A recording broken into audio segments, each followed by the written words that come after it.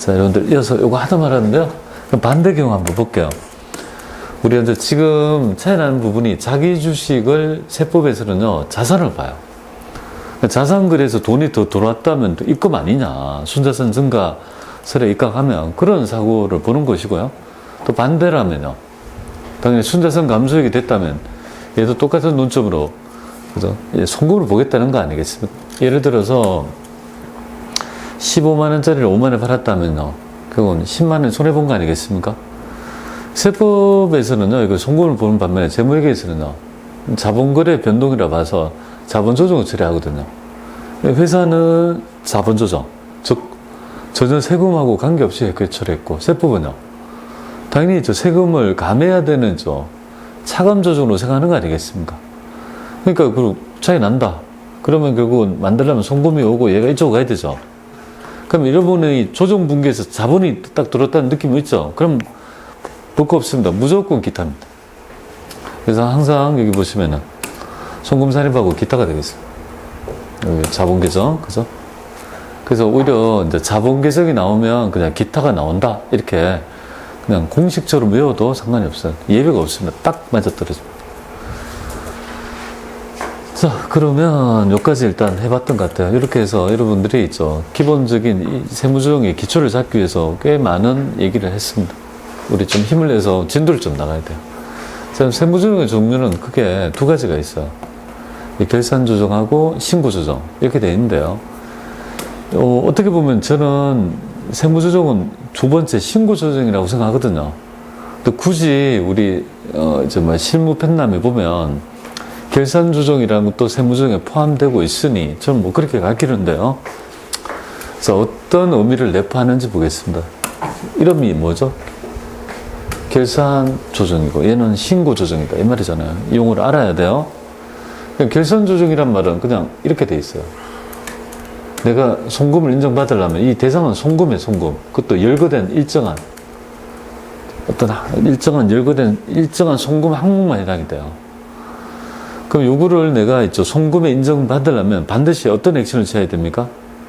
결산조정의 의미가 결산서에다가 12월 말일자 회계 처리를 통해 가지고 비용을 계상해서 송금으로 인정받는 항목을 의미한다. 그에 비해서 요거 여기에 열거되지 않는 송금이랑 모든 입금 있죠.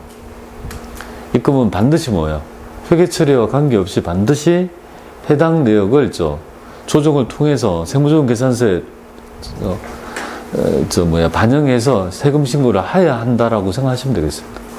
그럼 어떤 차이가 있을까요, 도대체? 왜 이렇게 두 개를 구분하는 이유가 뭐냐 이거잖아요. 그게 뭐냐면요, 바로 여기에 있습니다.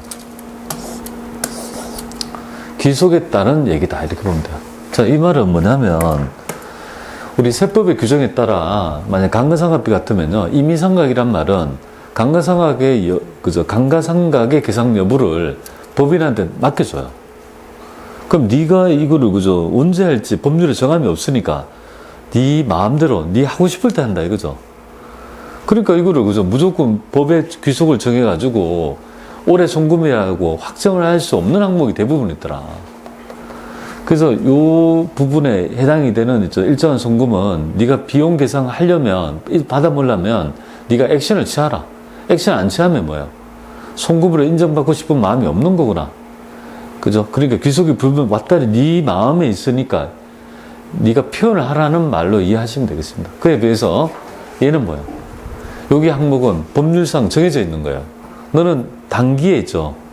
반드시 이런 거 있잖아요. 뭐 좀 표현이 좀 그런데요. 그냥 시골 같은 데 가보면 이렇게 학령 인구를 좀 지나가지고 좀 이런 거 있잖아요. 내가 표현이 그러나? 복학생이 있어요. 근데 복학을 지금 해도 되고 내년에 해도 되고 지금 모른다 이거죠. 그러면 복학하려면 손 들어가지고 나 하겠다고 해라.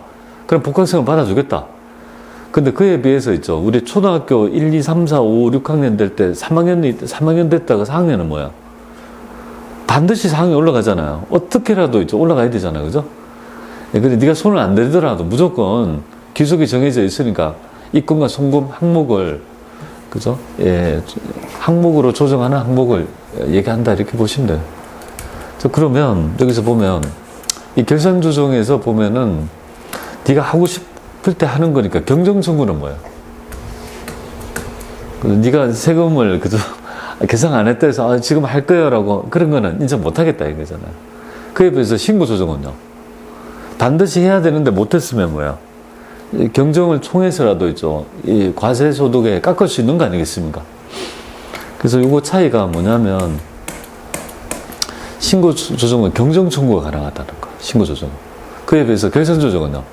네가 마음대로 하는 거니까 네가 만약에 비용 계산 안 해가지고 세금 과대 신고했다 하더라도 그건 너의 책임이니까 경정을 받아줄 수 없는 거고 얘는 반드시 그 해당이 있죠. 3년도에 기속이 딱 정해져 있으니까 그걸 마침 누락했다라면 경정을 통해서 뭡니까?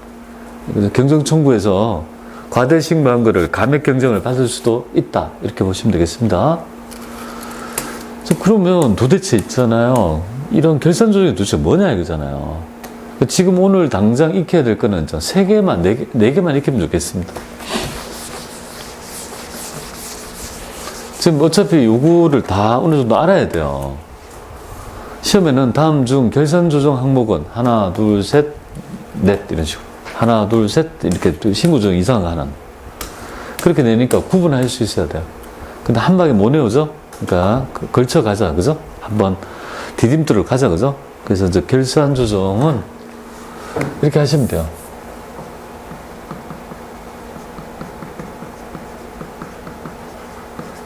결산은 언제 하죠? 12월 말일자에 결산 조정 분기 뭐 합니까? 여러분들. 기본 아주 대표적인 거. 5개 하는 거 아니에요? 결산의 5단계법이 뭐죠? 아주 기본인 거. 일단 매출원가를 잡고요.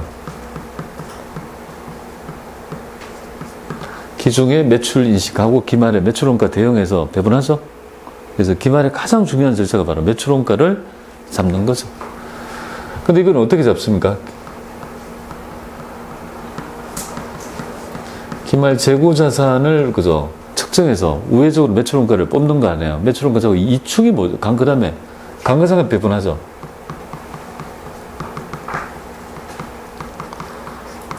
유형자산 사용에 따른 수익을 희생을 대응하는 절차인 감가상각비 계산할 거 아니겠습니까? 그리고 이축이 뭐죠, 여러분들? 이축 잡는데? 이축이, 이거 잡잖아요, 그죠? 그죠? 퇴직급여 충당부채, 퇴충 되겠습니까? 이축 잡죠. 충당금 잡죠. 그 다음에 또 뭐 잡죠? 대손 충당금 잡는 거 아니야? 대충, 대손충 잡는 건 기본 중에 기본이잖아요. 결산할 때 뭐 기본이죠. 그 다음에 이제 대손금 이렇게 하고. 그 다음에 5번째가 바로 법인세 비용 이렇게 되어 있죠. 그리고 임시 계정 정리, 그 다음에 있죠. 기말 손익 정리 붕괴와 평가할 거, 평가하면 끝납니다. 이게 뭐 결산의 기본 아니에요. 근데 이거를 뭐, 누구예요? 잘 못하는 분들은 결산 체크리스트에서 너 했니? 뭐 이렇게, 그죠? 뭐 그런 어떤 부분이 있어요. 근데 몇십 번 해보세요. 그럼 뭐, 도사 같아요. 뭐 결산한 거 아무것도 아니니까. 자, 그러면 우리가 익혀야 될 거는 결산 조정이라고 있잖아요. 그럼 그걸 생각해서 결산하는 항목 있죠. 그래서 나중에 이 기말 재고에 대한 얘기를 해요. 재고에. 그래서 평가 손실을 기말에 하지만 일단은 지금 잘 모르면 이거 지우고 법인세 비용 빼고 했습니다. 그럼 남아있는 게 감가상각비하고 이충 있죠. 대손충, 퇴충, 대손금까지 이렇게 제가 음용으로 한 거 있잖아요. 요거 4개는 왜 그랬죠? 맞잖아요. 결산하는 거. 그러니까 요 4개는 일단 다른 거는 좀 이따 하고 다음 시간에 하고 4개는 반드시 내가 이거 비용을 인정받으려면요. 기말에 결산세 회계 처리해서 받아먹는 항목을 의미한다. 이렇게 보시면 돼요. 그 다음에 이런 것들은 나중에 평가할 때 다시 제가 말씀드릴게요. 그래서 딱 붙이면 되겠습니다. 일단은 오늘 익혀야 될 거는 제가 한 4개 정도는 익혀보시면 되겠습니다. 자, 그러면 요거 가지고 여러분들 있죠. 의미를 익혀보도록 할게요. 결산조정과 신고조정. 만약에 결산조정은 감가상각비를 할게요. 그냥 보고. 그죠? 감가상각비. 그 다음에 신고조정은 뭐 아무나 뭐 재산세랄지. 그죠? 뭐 아무거나 여기에 관계된 거 아닌 거라고 가정해 보겠습니다. 그래서 한도와 회사의 비용 계산을 비교해봐요. 한도는 요건데 회사가 많이 계산했죠. 그러면 이렇게 많이 계산했다라면 전부 다 부인액이 되니까 문제가 없는데 얘가 중요한 거예요. 자, 여기 감가상각비는 그죠?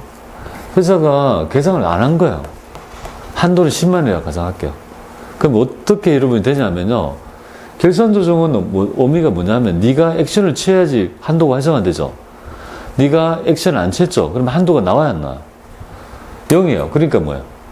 세무조정이 없는 반면에 신고조정사항은 반드시 뭡니까? 단기에 입금과 송금으로 세팅을 해야 되기 때문에 네가 하지 않더라도 반드시 한도가 활성화되면서 만약에 재산세라면 송금사립에서 뭡니까?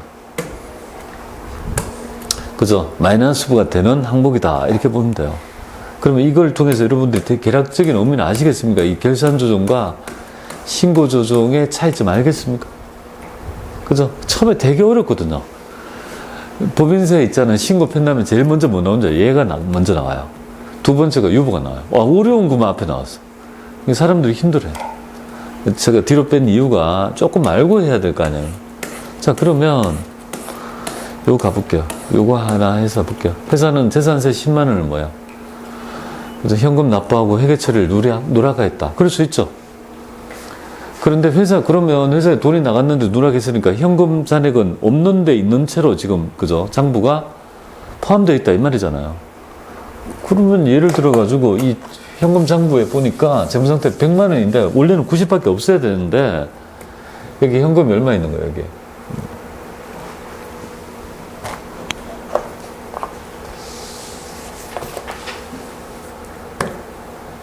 이쪽에 해가지고요, 재무상태 보겠습니다.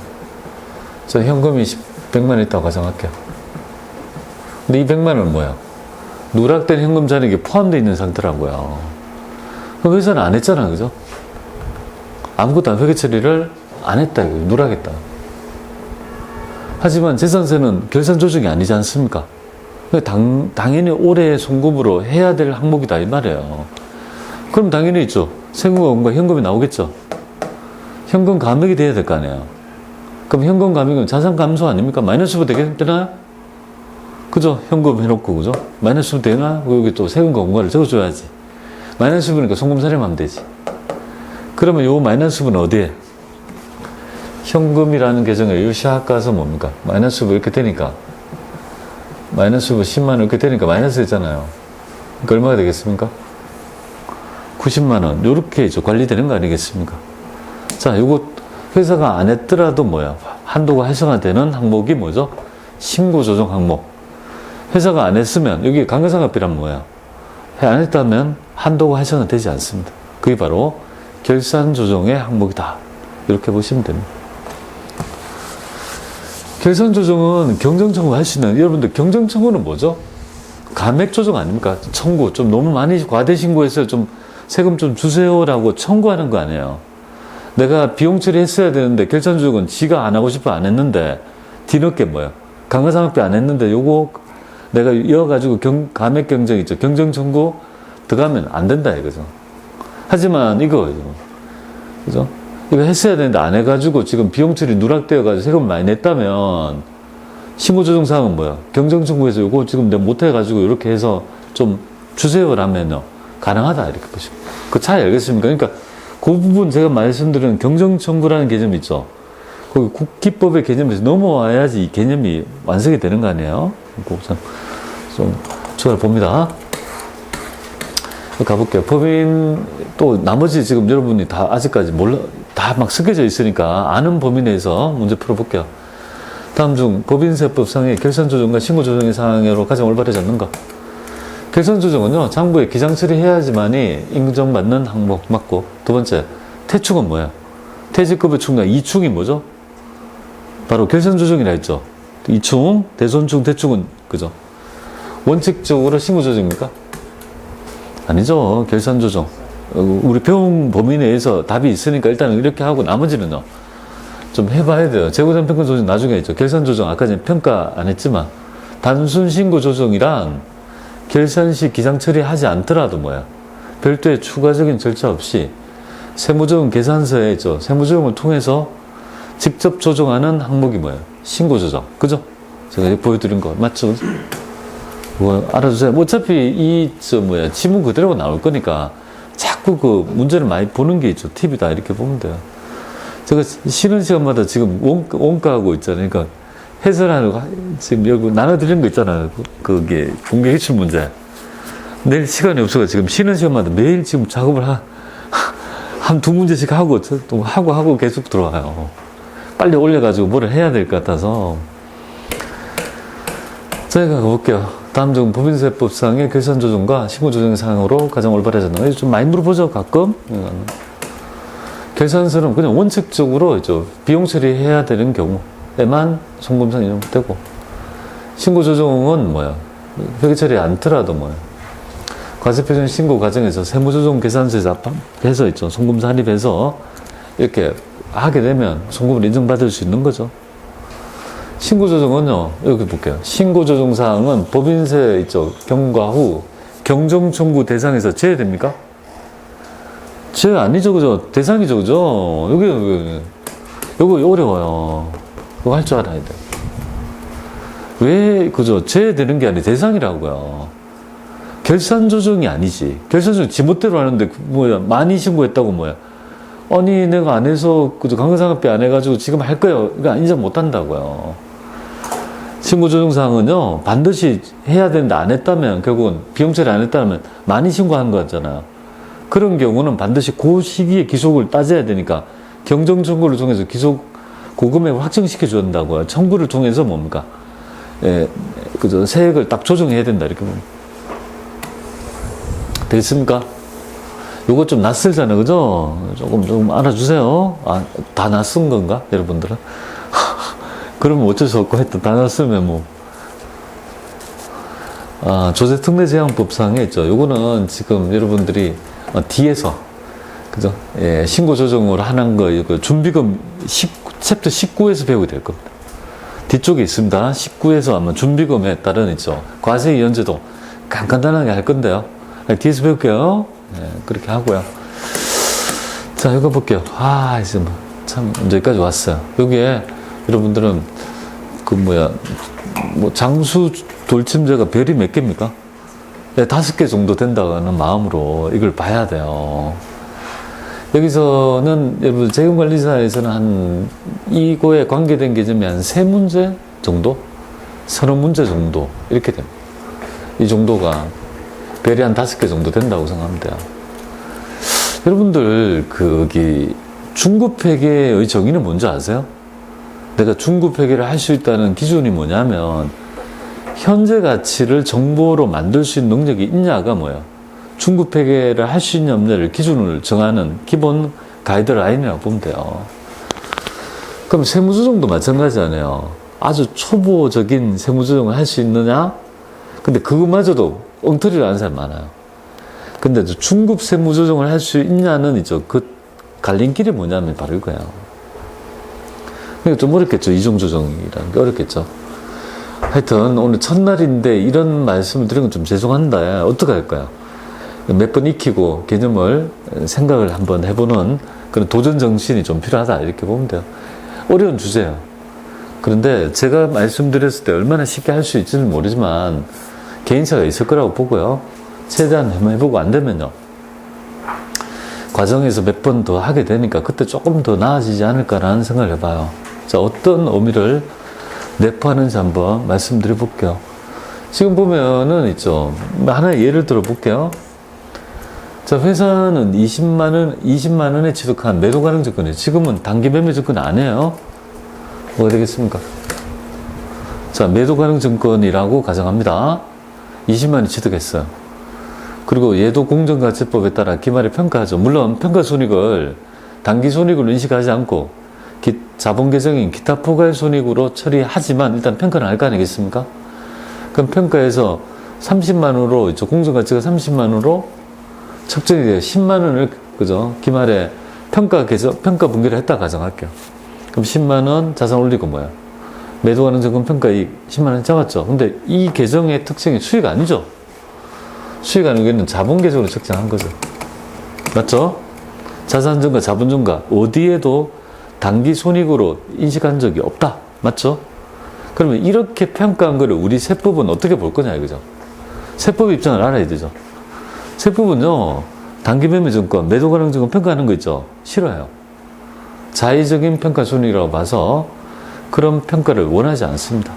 그리고 이런 평가 이익은요, 입금 불산의 방법입니다. 입금으로 보지 않는 항목이 됩니다. 그러니까 수익으로 보면 안 된다는 항목이죠. 아까 전에 단기 매매 증권은 어떻게 했습니까? 그저 계산하고 수익을 봤잖아요. 보세요. 아까 전에 얘를 단기 매매 증권에 했다면 회사는 이렇게 했을 거 아니에요.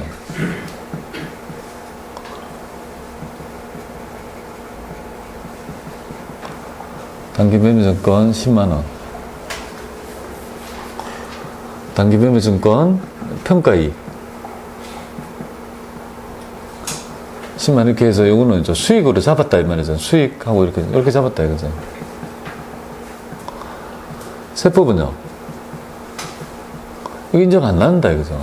이거 없다 이거죠. 그럼 세무조정은요, 역분기하면 되겠습니다. 그래서 여기 단기 매매 증권 평가이익 10만원 요거 지금 수익 잡은 거 있잖아. 빼고 역분기하면 되죠. 단기 매매 증권 10만원 이렇게 해가지고 자산 감액했다 그죠? 그럼 세무조정 어떻게 될까요? 우리 자산 감액해야 되는 거 아니에요? 그럼 자산 감액하면은 이렇게 되잖아. 단기 매매 증권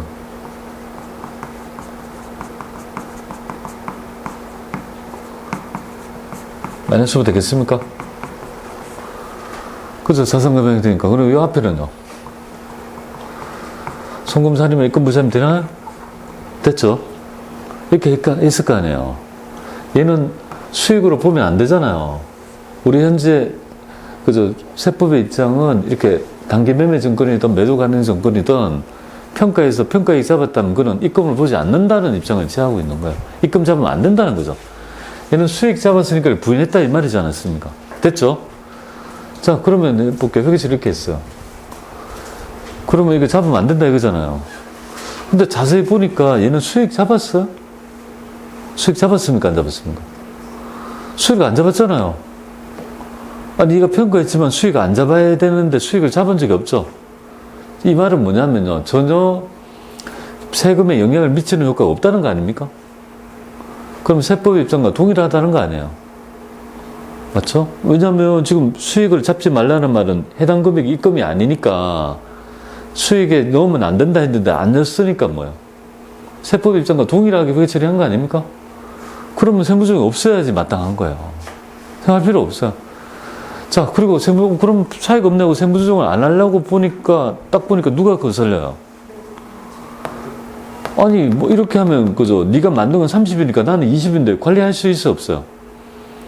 그러니까 떠나지를 못하는 거예요. 그럼 어떻게 해줘야 돼요? 관리를 하려면 일단은 뭐야? 그죠? 30만 원 만들었을 거 아니에요, 얘가. 그럼 그만큼이 마이너스 후보 10만 원 있다는 걸 감액해줘야 되는 거 아니에요? 맞죠? 그래야지 관리가 될 거 아니에요? 20이라는 거. 자, 관리를 해봐요. 여기에서 있죠. 1단계 있잖아. 감액했죠? 감액을 했습니다. 이 매도가는 떨어진 거를 뭔가 감액했습니다. 자, 이렇게 송금살인해서 일단 했죠. 그럼 이건 없다고 가정할게요. 없다고 가정할게요. 자, 이렇게 해서, 이거 틀어져 있네. 그거 감액해야지. 했죠. 그죠? 언제 다 했네. 하고 가려니까 뭐야. 순간 다시 보면, 이렇게 하면은, 송금산입이면 어떻게 되죠? 차감조정이니까 세금을 덜 내게 되는 효과가 되죠. 회사의 회계처리는 세법의 입장과 동일하기 때문에 세금에는 전혀 영향을 주면 안 되잖아요. 근데 송금산입하면 차감조정이니까 세금을 깎으니까 결국 세금에 영향을 주니까 이거는 뭔가 이상하다는 느낌이 안 들어요? 그럼 어떻게 해야 되지? 아니, 감액해야 해서 유보를 관리는 해야 되겠고 세금 효과는 틀어지게 되니까 이거 어떻게 되지? 그러면 유보를 관리하면서 세금에 전혀 영향을 주지 않는 방법이 없을까? 라는 생각을 해보는 거죠. 그러면 세금을 전혀 영향을 안 주려면 이 동일의 금액을 반대의 금액이 있으면 뭐야? 똔똔이 되는 거 아니에요. 그래서 이걸 어떻게 하느냐면요. 여기 자본 계정 아니에요? 자본 계정이죠. 그러면 그만큼을 자본 계정에 증가했죠. 송금 산입을 했기 때문에 이제 입금 산입 똑같은 금액을 똔똔 치면서 기타를 해버리면 어떻게 돼요? 그러면 세금은 어떻게 됩니까? 0은 되죠. 되지만 기타는 날라가서 있죠. 내부에 있지만 관리를 안 하는 거니까 끝났고, 그럼 요금은 남죠. 그러면 결론이 어떻게 되냐면요. 예, 그죠. 세금의 효과에 있죠. 세금에 영향을 주지 않으면서 유보를 관리할 수 있는 그런 기술적인 뭐예요? 조정 방법이 나오더라, 그죠. 그게 바로 일명 동시조정 혹은 이중조정이라고 불리는 항목이다. 이렇게